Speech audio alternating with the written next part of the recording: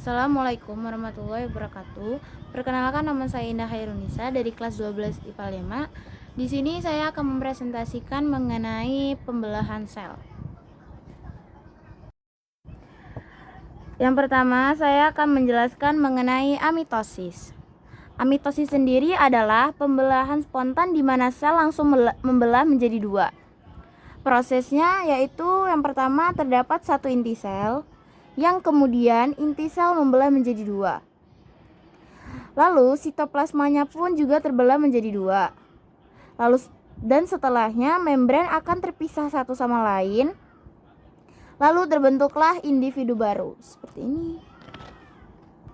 Lalu ada mitosis. Mitosis terjadi pada sel-sel tubuh atau somatik untuk mendukung pertumbuhan dan regenerasi sel. Proses dari mitosis sendiri, yang pertama ada interfase, lalu yang kedua ada profase, lalu ada metafase, dan lalu ada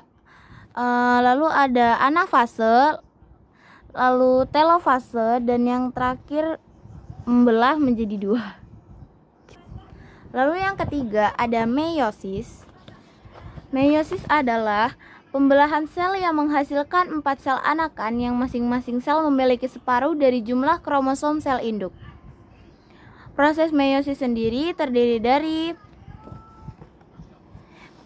dari yang pertama ada profase 1, lalu yang kedua ada metafase metafase 1, yang ketiga ada anafase 1, yang keempat ada telofase 1, lalu yang kelima ada profase 2, yang keenam ada metafase kedua, lalu ada anafase 2, dan yang terakhir ada telofase 2. Ini berikut proses dari meiosis sendiri. Di dalam meiosis terdapat spermatogenis dan oogenesis. Pertama saya akan menjelaskan mengenai spermatogenis. Spermatogenesis sendiri adalah proses pembentukan benih, dalam hal lain adalah sperma. Melalui spermatogenesis, jutaan sperma dapat dihasilkan setiap harinya dimulai ketika pria memasuki masa pubertas hingga dewasa. Lalu menghasilkan 4 sel fungsional yaitu sel sperma.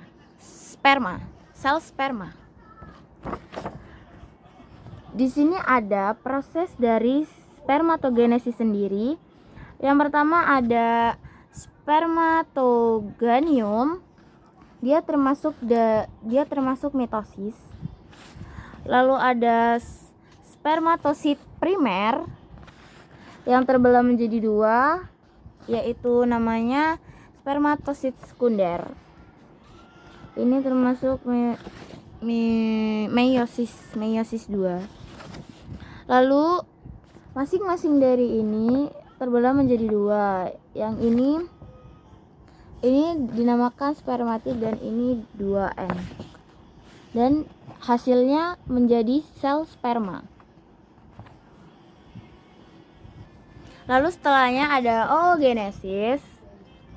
Oogenesis sendiri adalah proses pembentukan dan pematangan sel telur pada ovarium wanita. Tujuan utama dari oogenesis adalah membentuk ovum dalam proses pembuahan atau reproduksi. Lalu di sini ada proses dari oogenesis sendiri, yaitu yang pertama mulai dari oogonium menjadi oosit primer, lalu terbelah menjadi dua. Yang pertama ada oosit sekunder, lalu ada badan polar 1. Lalu oosit sekunder terbelah menjadi dua, menjadi ootit dan badan polar 2. Lalu ootit ini menjadi ovum. Pada badan polar sendiri terbelah menjadi dua dengan nama badan polar badan polar polosid. Mungkin cukup sekian presentasi yang bisa saya sampaikan. Kurang lebihnya saya mohon maaf. Wabillahi taufiq wa hidayah. Wassalamualaikum warahmatullahi wabarakatuh.